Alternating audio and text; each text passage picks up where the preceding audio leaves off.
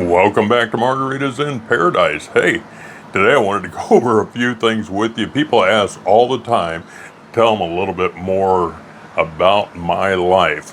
And I don't know. Anyway, I'm gonna throw a couple things out there.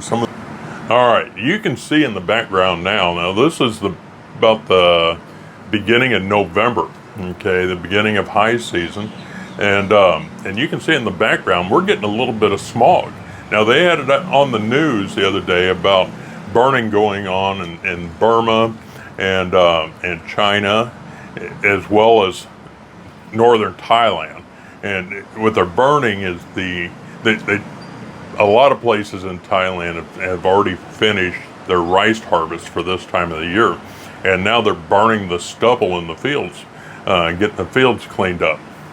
Now, I think the Thai government is right now trying to change how that works as far as burning fields and that type of stuff and eliminate that. But it's going to be real hard to change things that have been going on for hundreds of years. And these poor rice farmers, they've been doing it one way, so it's going to be a long process. So for them to come out last year and saying, hey, we're going to enforce and change all these different rules and ways that you prepare your fields, well, that's going to take some time. There's no doubt about it. It's just not going to happen overnight.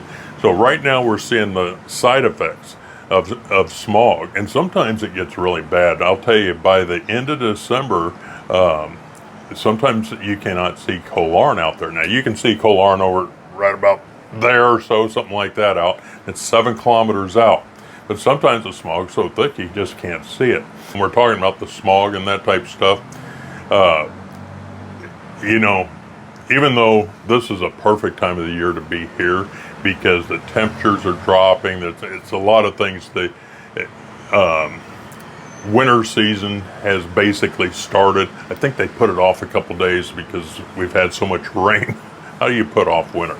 But anyway, that's just a funny thing that they had on the news the other day. But it's fact, because now the monsoon season just basically finished, and we're not going to get as much rain right now as we were getting, or it's going to slow down considerably. And it's just going to become nicer here. The other day it was quite a bit colder out. And I'm going to touch on that in a little bit, but yeah, it's just a really good time to be here. But if you want crystal clear skies, you go down to Phuket or Krabi or southern Thailand in general, and the skies really open up into blue skies and that type of stuff because they're not as affected so much by the smog as we are. All right, so that's just an easy hint for you. And I definitely want you to come here because Pattaya is awesome. You're going to have a good time. Centrally located, close to Bangkok. Lots to do. I was touching on the weather. I'll tell you what. I woke up this morning. It was 80 degrees inside my condo. Now, I already had the aircon turned off, and I was down to just one ceiling fan on the other side of the room that was still on, but I was freezing. So immediately when I did get out of bed, I had to put on clothes right away because I was in shivering mode. And I almost pulled out my Chiefs hoodie because, it was just too cold. And so when I came out here on the balcony, it was too cold to stay out here for me. So that just shows you stay here long enough and how you climatize. And it's going to get colder, right? It's going to be in the evening. Sometimes it's going to be down in the low 70s. Now we're talking about Fahrenheit, okay? So, but it's going to be down in the low 70s. It may even be in the upper 60s, and I don't look forward to that. I think I told you before. I came from an area in the United States originally that had the 4 seasons, so we had snow and things like that.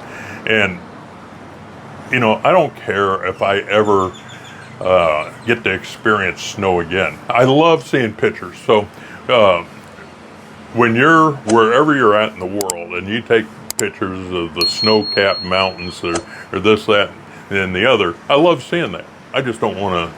I don't want to lay down and make snow angels anymore. Okay, so anyway, and I like the weather that we have here. You know, right now it's probably, I don't know, maybe 86 out. My back's sitting in the sun. I can kind of feel it. It's warm. You know, I have a fan blowing on me over here, and I'm pretty comfortable. So 80 degrees. I'll tell you what, I can't remember at what point I turned off my aircon last night, but apparently I got pretty cold, so I turned it off. All right, so it's another shout out to Jackson from Mississippi. I sure appreciate it. Sending me, it's a cup of coffee. I definitely appreciate it. If you're interested in buying me a cup of coffee, there's a link in the description below. All right, let's press on. Thank you, Jackson. All right.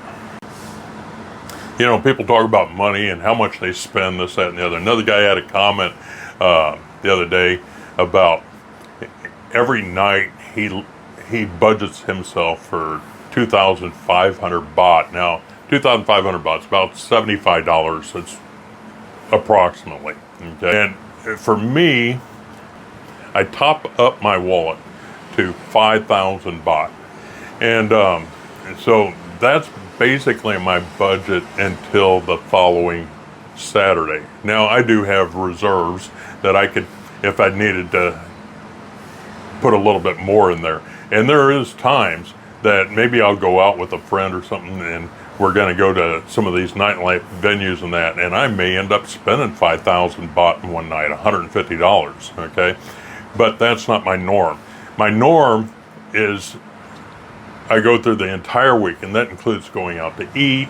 If I stop and have a beer, right now I'm not drinking any alcohol, so it's considerably cheaper there as well. But with that being said, I think this last week when I looked in my wallet, I still had like 2,500 baht left. So I went through this last week on 2,500 baht. But that's not always the case. All right. So, and I do have a little bit of flex in there, but it just shows you what you can do. And I'm not trying to skimp by any means. Now, don't get me wrong. I like money. Everybody likes money, but I like to have a good time. But I don't purposely go out and try to throw away my money as well. So that's what I do. Can you do that? I don't know, but I know lots of guys that spend 5,000 baht every night. You know, at one point, maybe that was even me. I don't do that anymore. But that's not saying that you can't do it. All my friends know, never give me a call before 10 o'clock in the morning. As a matter of fact, I don't even schedule to do anything until at least 10 o'clock. Now, sometimes I'll wake up at 9 o'clock so I can leave at 10 o'clock, all right? But normally, I go to bed at 2 a.m. and I wake up at 10 o'clock in the morning. That's my normal schedule. I try to stick with it as much as I can. You know, I'm retired. I can do that type of thing. And, yeah, life is good. It just works good for me. And there's a lot of times, whether I'm working on YouTube videos or just watching TV or whatever I'm doing, you know, I know it's midnight and I'm tired, but it's too early to go to bed because it's going to screw up my sleep patterns and everything. So I'll be turning on some show that I like on TV, like American Pickers or something like that. All right. And yeah, so people ask me all the time, well, you know, let's go meet for breakfast at 6 a.m. No, that ain't happening. I'll tell you what, another thing, it would be hard to find a place around here at 6 a.m. for breakfast. Most places don't even open until like 9 or 10 o'clock. But there are a few places, don't get me wrong, but for the most part, it's hard to find early breakfast type places. Yeah, I want to put out another shout out to Chad. Chad was another viewer, hopefully a subscriber. Anyway, he was watching the channel and he found out about my building. And so he came over here, checked the bulletin board downstairs, called the number, got lucky, the guy was here. Took him up to whatever floor he's on, and he ended up renting a place, a freshly renovated place. He said he feels like he got a steal on it. He didn't tell me how much he paid or anything, but I appreciate Chad. I saw him on the elevator the other day and introduced myself to him. But anyway, yeah, it was a good meetup and everything. And yeah, so good on you, Chad. I hope you enjoy it here. I know I'm taking too much time here, but I wanted to tell you about two other things that always comes up some way or another, okay? And one of the things was probably in the last several months, I came in to Thailand. I think I was in the Philippines and came back to Thailand. And lo and behold, my passport was full. And I had no idea. Apparently, the last 2 pages of your passport you can't use on a U.S. passport. Now, I had no idea about that. But that was the case, and I still had, several years to go before my passport was going to expire.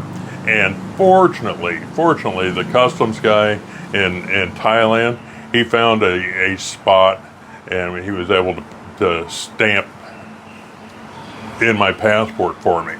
But he said, he told me straight up, he said that some guys may decline entry based on you only having these 2 pages left. So once I got in here, I looked up online with the U.S. Embassy in Bangkok, and they have a thing about renewals for passport. And I talked to somebody in the U.S., and they said, well, in the U.S. it's taken a long time to get a passport renewed unless you go through the expedited process. In Thailand, we don't have the expedited process available. But I had another friend of mine tell me that he'd done it, and it only took like a week or so, something like that. And so anyway, I got online, and I ended up filling out 2 forms. And the forms were for both me and a good friend of mine that also needed to have his passport renewed. And we sent them both in at the same time. It was a pretty easy process. 1, 2, 3 type checklist. Had to have 2 passport pictures, that type of stuff. And you even had to include the checklist that you were using for this, so they knew that you had everything done, right? And you sent it up to Bangkok with you had a postal prepaid number that you put on the checklist form, and that way your return envelope was already prepaid and everything, and they would send it back to you. And of course, you filled out the delivery address to come back. So anyway, that was all pretty easy. My friend ended up getting his passport back in just 10 days. But where was mine? And did I get worried? I'll tell you what, it ended up coming 6 weeks later. Now, in all honesty, on the website there, it did say that passports average from 6 to 8 weeks. All right. I don't know why his ended up going right through the system like that, and mine took 6 weeks, but it did. And so I wanted to throw that out there now. I think that ended up costing me like $135 or so, something like that, plus the shipping prices for going up there and back. And the shipping was very reasonable. I'd say under $1 both ways. Okay. And then have to transfer your old visa to your new passport. So that's another $1,500 baht, about $45 or so. And of course, now I'm using a visa agent who's going to take care of all this for me, and I'm doing my 90-day check-in at the same time. So even though I know I can do my 90-day check-in online, I didn't know if there would be a concern because of the new passport number. So I just thought it would be a lot easier just to entrust it to my passport agent. All right, so the passport agents make it easy. It's why chance getting in line, waiting for a long period of time, and then getting up to the end of the line and finding out that you forgot something. The agents take care of that. They're easy. All right, and something to mention about the passport thing, the new passport, eventually I'm going to have to go to my banks and change over my accounts to reflect my new passport number, as well as your driver's license and things like that. So if you have car registrations or everything, certificate of residencies, I think the new passport's going to need to be on all that type of stuff. Okay, and the last topic that I wanted to talk to you about, when I renovated, I decided on installing smart switches for my lights and ceiling fans, which I just absolutely love. You know, when I go to sleep at night, I think it's just great to be laying in bed and say, Alexa, turn off the lights, and click, they go off, and she answers with some type of reply or whatever, and that's pretty good. And with that being said, I also had Alexa installed. I think I'm in love with Alexa, there's no doubt about it. You know, you can change voices for Alexa too, and there's other platforms out there like Google, and I'm sure there's other ones as well, but I like this Amazon Alexa. It's free. I did buy a controller box that did cost me, I don't know, maybe 1,000 baht or something like that, but in general the service is free.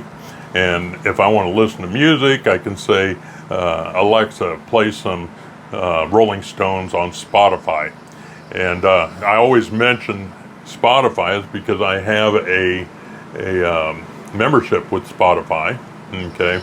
And if I don't, she'll play it on Amazon Music, which always puts a commercial in there.